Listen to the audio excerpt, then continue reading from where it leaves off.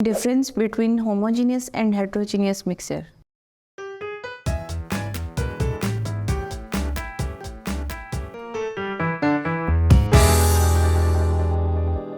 I welcome you all on the platform of digital academics provided by Moonlight International Publishers.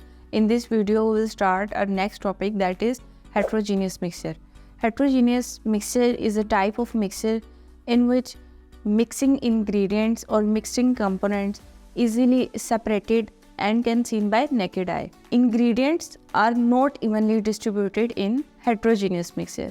Homogeneous mixture में आपने क्या देखा था, जितने भी इंग्रेडिएंट्स आप ले रहे हैं उसके अंदर वो सारे इवनली डिस्ट्रीब्यूटेड होते हैं और फिक्स रेशियो के अंदर होते हैं। लेकिन हेटेरोजीनियस मिक्सचर में इवनली डिस्ट्रीब्यूटेड नहीं होते, डिफरेंट रेशियोज़ के अंदर आप उनको ले सकते हैं। इनका कलर और टेक्सचर लेयर्स के हिसाब से होता है। अपर लेयर में डल होता है, लोअर लेयर में डार्कर होता जाता है। इस तरह लेयर्स के हिसाब से इनका कलर भी चेंज हो सकता है, इनका टेक्सचर भी चेंज हो सकता है और इनके इंग्रेडिएंट्स इवनली डिस्ट्रीब्यूट नहीं होते। ठीक है, तो होमोजीनियस मिक्सचर की डेफिनेशन हमने देख ली। इसके बाद हम देखते हैं डेली लाइफ में एग्जांपल्स।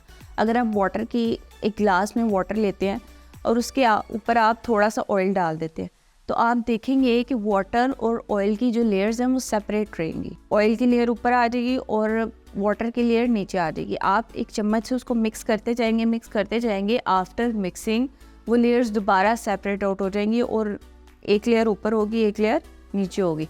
इससे पता चलता है कि ये एक हेटेरोजीनियस मिक्सचर है। इसी तरह आप पिज़्ज़ा लें तो उसके डिफरेंट इंग्रेडिएंट्स आपको नज़र आ रहे होते हैं। ठीक है, अगर आप वेजिटेबल्स को कट करते हैं सैलेड की फॉर्म में तो वो भी आपको नज़र आ रहे होते हैं। तो ये सारे हेटेरोजीनियस मिक्सचर हैं जिनकी ना तो कोई डेफिनेट प्रोपोर्शन होती है, ना ही इनकी कोई फिक्स रेशियो होती है, ना ही इनका कलर टेक्सचर सब कुछ सेम होता है। आप इनके पार्टिकल्स को ईज़िली डिस्ट्रीब्यूट कर सकते हैं, ईज़िली आप इनको डिफ्रेंशिएट कर सकते हैं, हर चीज़ को आप सेपरेट एक दूसरे से कर सकते हैं। ये है हेटेरोजीनियस मिक्सचर। ठीक है, अब हम मूव करते हैं होमोजीनियस और हेटेरोजीनियस के डिफरेंसेस के ऊपर।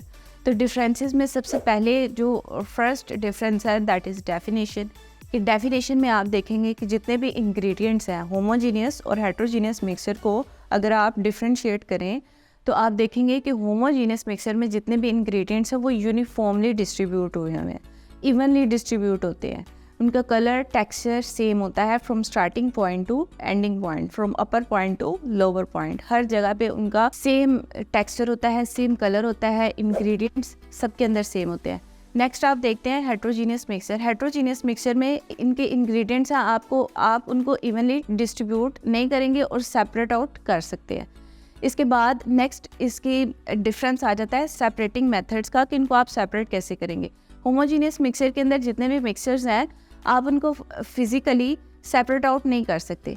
उनको सेपरेट करने के लिए, एक चीज़ को दूसरे के साथ अलग करने के लिए, इनको सेपरेट करने के लिए आपको डिफरेंट प्रोसेसेस से गुजरना पड़ता है। फॉर एग्जांपल वेपराइजेशन, फिर उसके बाद बॉइलिंग का प्रोसेस होता है, कंबस्शन का प्रोसेस होता है। डिफरेंट प्रोसेसेस से आप इनको सेपरेट करते हैं, लेकिन हेटेरोजीनियस मिक्सचर में ऐसे नहीं होता।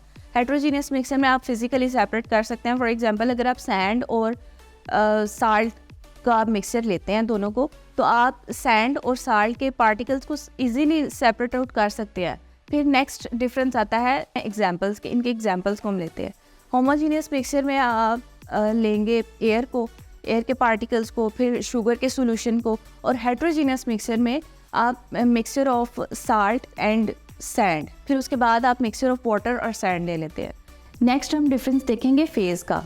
होमोजीनियस मिक्सचर जो है उसके फेजेस को अगर आप देखें तो उसमें वन फेज़ होता है, सिर्फ एक ही फेज़ होगा। अपर पॉइंट से लेकर लोअर पॉइंट तक वो सेम ही रहेगा, एक फेज़ में रहेंगे।